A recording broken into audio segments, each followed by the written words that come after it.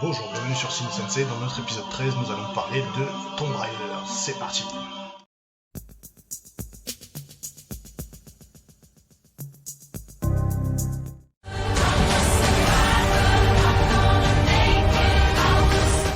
Donc bien sûr, tout le monde connaît l'héroïne dans la lignée des Indiana Jones, qui est un jeu d'aventure qui est sorti le premier en 96 sur PlayStation 1. Il y a 6 jeux au total qui ont été développés par Core Design et 6 derniers jeux sont développés par Crystal Dynamics. Donc il y a eu 2 films, en sachant que les 2 premiers films ils ont été faits avec Angelina Jolie. Et le premier est sorti en 2001, le deuxième est sorti en 2003, et le dernier qui est un reboot, le troisième film qui s'appelle Alice Tomb Raider, qui est basé sur les jeux vidéo de 2013 avec Alicia Vikander qui est sorti en 2018. Alors l'histoire est simple, c'est une franchise de jeux d'action-aventure, il y a eu des comics, il y a eu des films, il y a eu des livres, des romans. Lara Croft est devenue une icône dans l'industrie du jeu vidéo et a été récompensée par la Guinness des records comme la plus couronnée en 2017. Donc c'est simple, c'est l'aventure d'une aventurière, un peu Indiana Jones, qui parcourt le monde à travers le monde entier pour récupérer des trésors et puis des tombes, d'où le nom Tomb Raider. Donc moi personnellement je suis pas plutôt fan de la première génération qui est sortie sur PlayStation, de Tomb Raider, j'ai pas spécialement accroché, c'était pas du tout mon délire, enfin pixellement parlant c'était vilain. Je sais qu'il y a eu pas mal de gamers qui étaient à fond sur Tomb Raider à cause de sa plastique un peu bizarre, en sachant qu'à la base c'était une erreur. Ils ont fait une manipulation bizarre quand ils ont créé le premier Tomb Raider, et du coup en fait d'où est venu ces ins en angle en fait, enfin c'est ça en angle, et du coup ça a fait le buzz parce c'est un foirage en fait qui a fait reconnaître Tomb Raider quoi. Et du coup ça a été un complexe aussi pour Angelina Jolie parce qu'elle avait peur par rapport à la poitrine justement que elle ressemble pas du tout à l'actrice, l'actrice qu'ils avaient pris en motion capture pour les jeux vidéo Tomb Raider. Moi j'ai accroché plus tard, en 2013, quand ils ont remasterisé la trilogie, qui a été fait sur PlayStation 3 à l'époque, Tomb Raider qui était vraiment mieux fait, plus réaliste, et puis en plus il y avait le côté survie vachement sympa, un peu à la Uncharted, parce que moi je suis plus fan de Uncharted que de Tomb Raider. Donc oui, le jeu vidéo de 2013 était vachement intéressant par rapport à sa façon son nouvelle vision en fait. On revient avec une Lara Croft jeune et encore à l'école, qui étudie justement sur les reliques et tout ça comme son père, avait suivi les traces de son père. Et j'ai trouvé ça vachement bien parce qu'on part à la recherche de la déesse Emiko, et en gros tout simplement, là vous avez le côté survivor, vous devez améliorer vos armes, améliorer vos flingues, elle prend plein la gueule et elle prend cher et tout. Donc j'ai vraiment plus préféré ce côté-là, le côté survivor. Et après, en sachant qu'il y en a eu 2 autres volets, il y a eu Rise of Tomb Raider et Shadow of Tomb Raider, qui est la fin de la trilogie remasterisée par justement Crystal Dynamics. Et du coup, en 2018 est sorti le reboot basé sur ces jeux-là de Tomb Raider avec Alicia Vikander.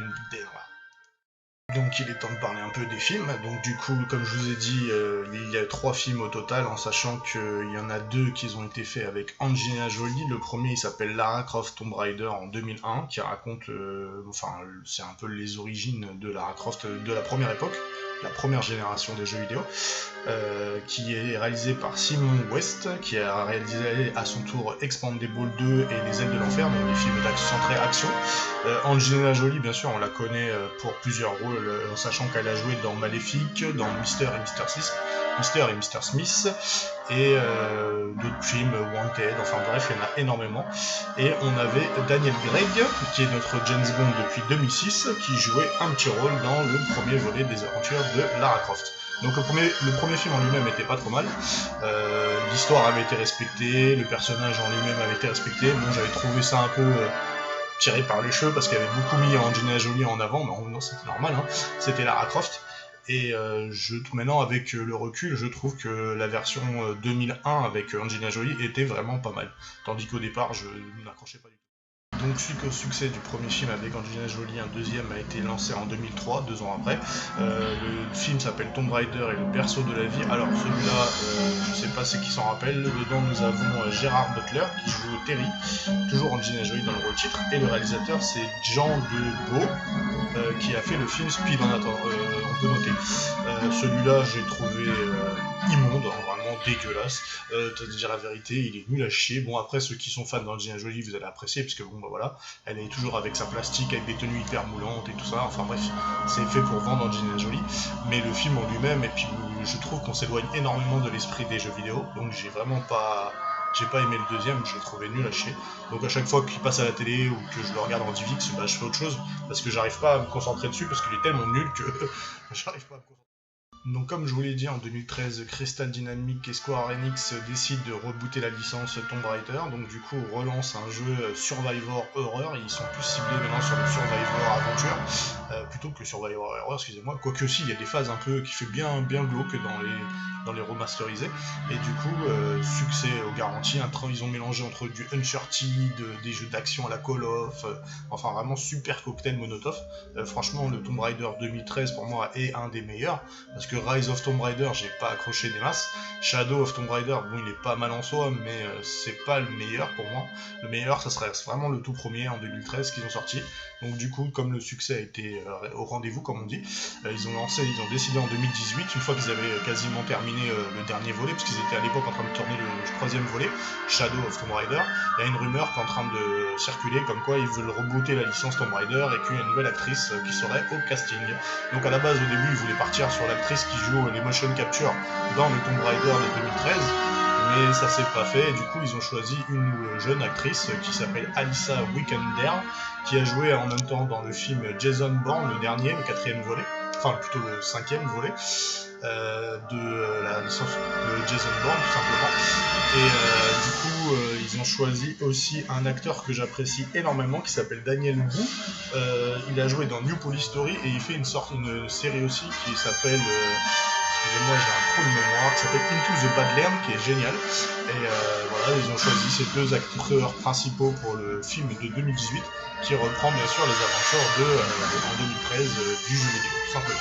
Donc le film en lui-même est pas mal du tout. Donc l'histoire, ils ont pris un peu de liberté par rapport à l'histoire originale, mais le film en lui-même est un bon rendez-vous. Il y a le côté Survivor, ils ont compris le principe du nouveau Tomb Raider, qu'est-ce que ça doit être. Et du coup, récemment, on a appris qu'une suite est en cours, en chantier, avec toujours la même actrice, Alicia Vikander, qui jouerait dans le 2, et que ce serait une réalisatrice femme, pour une fois, qui réaliserait un film Tomb Raider. Voilà. Donc voilà, je suis pas un gros fan de la licence Tomb Raider. Bon si, j'aime bien, comme je vous ai dit, j'ai apprécié la nouvelle trilogie, la nouvelle remasterisée. Le film en lui-même, le reboot est pas mal, en sachant que comme j'ai dit, les films de Angelina Jolie, je les ai pas trouvés super extraordinaires. Le premier était pas mal, les autres sont bof. Après, ce que je reproche à Tomb Raider, c'est que malheureusement, ils en font trop. Malheureusement, le problème de Tomb Raider, c'est qu'ils la mettent toujours au-dessus du lot. Ils devraient la rendre un peu plus humaine, c'est ce qu'ils ils ont compris maintenant avec la nouvelle trilogie, c'est que voilà, la meuf, c'est pas une super-héros, quoi. Elle se blesse, fait des erreurs, enfin voilà. J'ai plus apprécié ce côté humain maintenant qu'on voit dans les jeux vidéo, que même dans le nouveau film, là, le reboot, elle est hésitante, elle est pas sûre d'elle, c'est vraiment à la fin du film où elle devient un peu plus sûre d'elle, quoi, tout simplement. Et voilà, le film en lui-même part à la recherche de son père qui a disparu depuis pas mal d'années, tout ça. Après, elle se tombe sur la tombeau de Himiko, là, qui s'est basé sur le jeu 2013, donc le film en lui-même est pas si mal que ça, il est pas grandiose, mais il se regarde, voilà. Donc j'espère que cette vidéo vous a plu, n'hésitez pas à liker, à partager et à mettre des commentaires, de vous abonner si c'est pas encore fait, et j'espère vous revoir très bientôt. Gardez le fan spirit en vous, et surtout, être fan, c'est être...